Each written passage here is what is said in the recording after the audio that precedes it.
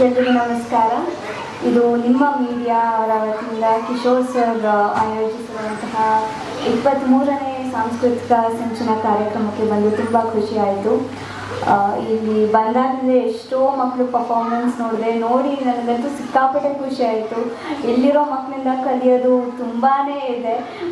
ಚಿಕ್ಕ ಮಕ್ಕಳು ಡ್ಯಾನ್ಸ್ ಮಾಡೋದು ನೋಡೋದೇ ಚೆಂದ. ಎಷ್ಟು ಪುಟಾಣಿ ಮಕ್ಕಳು ಎಷ್ಟು ಚೆನ್ನಾಗಿ ಡ್ಯಾನ್ಸ್ ಮಾಡಿದ್ರು, ತುಂಬ ಖುಷಿ ಆಯಿತು.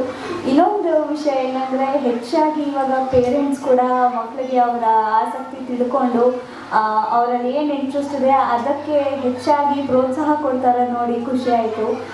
ಇದೇ ರೀತಿ ನಿಮ್ಮ ಮಕ್ಕಳಲ್ಲಿ ಯಾವುದಾದ್ರೂ ಒಂದು ವಿಷಯದ ಮೇಲೆ ಇಂಟ್ರೆಸ್ಟ್ ಇದೆ ಅದನ್ನೆಲ್ಲ ತಿಳ್ಕೊಂಡು ಹೀಗೆ ಪ್ರೋತ್ಸಾಹ ಕೊಡ್ತಾರೆ.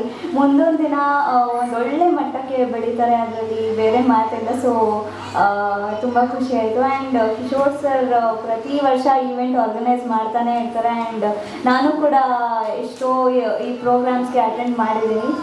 ಒಂದೊಳ್ಳೆ ಸ್ಟೇಜ್ನ ಕಲ್ಪಿಸ್ಕೊಡ್ತಾರೆ. ಇಂಥ ಎಷ್ಟೋ ಪ್ರತಿಭೆಗಳಿಗೆ ಗುರುತಿಸ್ಕೊಳ್ಳೋದಕ್ಕೆ, ಅವ್ರನ್ನ ಎಕ್ಸ್ಪೋಜರ್ ತಗೊಳ್ಳೋದಕ್ಕೆ ಒಂದೊಳ್ಳೆ ವೇದಿಕೆ ಮಾಡಿಕೊಡ್ತಾ ಇದ್ದಾರೆ. ಈ ಕಾರ್ಯ ಹೀಗೆ ಮುಂದುವರೆದಿ, ತುಂಬ ಒಳ್ಳೆಯದಾಗಲಿ. ಆ್ಯಂಡ್ ತುಂಬ ಖುಷಿ ಆಯಿತು ಇವತ್ತು ಈ ಪ್ರೋಗ್ರಾಮ್ಗೆ ಬಂದು. ಇನ್ನು ಎಷ್ಟೋ ಪ್ರೋಗ್ರಾಮ್ಸ್ ನಡೆಯೋದಿದೆ, ನೋಡಿ ಎಂಜಾಯ್ ಮಾಡಿ. ಹೆಚ್ಚಾಗಿ ಕನ್ನಡನ ಬೆಳೆಸಿ ಕನ್ನಡ ಸಿನಿಮಾಗಳನ್ನ ಚಿತ್ರಮಂದಿರಕ್ಕೆ ಹೋಗಿ ನೋಡಿ. ಜೈ ಕರ್ನಾಟಕ. Thank you.